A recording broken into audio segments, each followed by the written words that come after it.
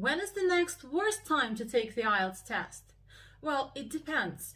If you're watching this video in June, July, or August, the next worst time for you to take the IELTS test is in September. The earlier in September, the worse. If you're watching this video in October, November, or December, the next worst time for you to take the IELTS test is in January. The earlier in January, the worse. And if you're watching this video in February, March, or April, the next worst time for you to take the IELTS test is in May. The earlier in May, the worse. In this video, I'm going to tell you why this is so. Watch the video very carefully. Look here. This graph shows how often IELTS speaking topics are updated throughout the year. This is a calendar year in a timeline format.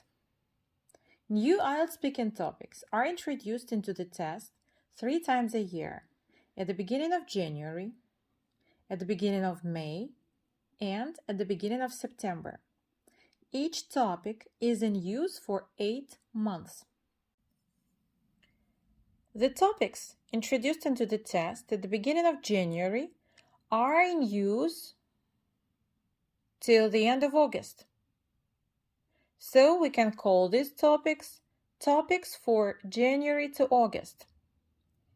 The topics introduced into the test at the beginning of May are in use till the end of December. So we can call these topics for May to December.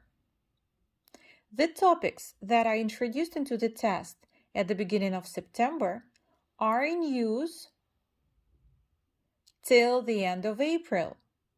So we can call these topics for September to April. So we've got 3 sets of IELTS speaking topics.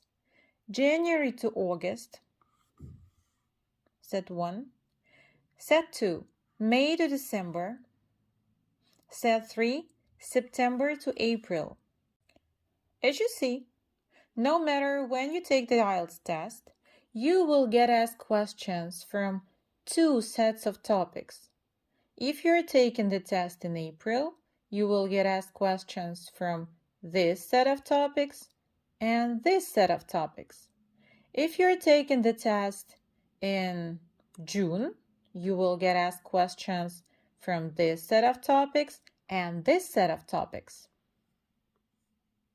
If you are taking the test in October, you will get asked questions from this set of topics and this set of topics. Each set contains 65 IELTS speaking topics, 15 Part 1 topics, 25 cue cards, and 25 Part 3 topics. Let's imagine it's April now, so the next worst time for you to take the IELTS test would be in May. In this video, I'm going to tell you why May is one of the worst months to take the IELTS test, but remember that the same pattern is observed throughout the year. If you're taking IELTS in May, you will get asked questions from this set of topics and this set of topics. The 65 topics from this set were introduced into the test in January.